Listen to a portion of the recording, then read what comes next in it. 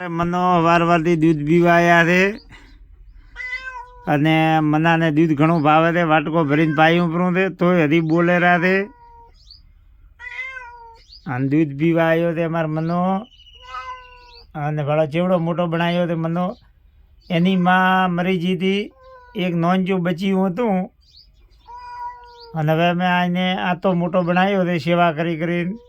2 time દૂધ પાવાનો અને એને રોટલો નાખો તો દેખો રોટલા ખાય અને દૂધ પીએ. બાકી પાપ નથી કરતો આ મનો ધરાય. અમારે નાનું બસ્યું હતું અને એની માં મરી ગઈ ત્યારે અમે એને આવડો મોટો કર્યો દૂધ પાવી પાવી. અને અત્યારે દેખો આપણે ચૂલે બેઠા હતા. ઠંડી ખૂબ વધારે છે. તો તમારે બાજુ કેવી ઠંડી પડે છે થોડું કોમેન્ટમાં કીધો.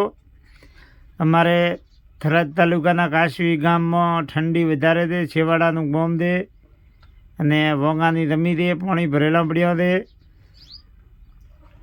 અને કહાવીથી ભેડાર હોમત આવવાનો માર્ગ બિલકુલ ખરાબ છે. હેડાતું છે નહીં.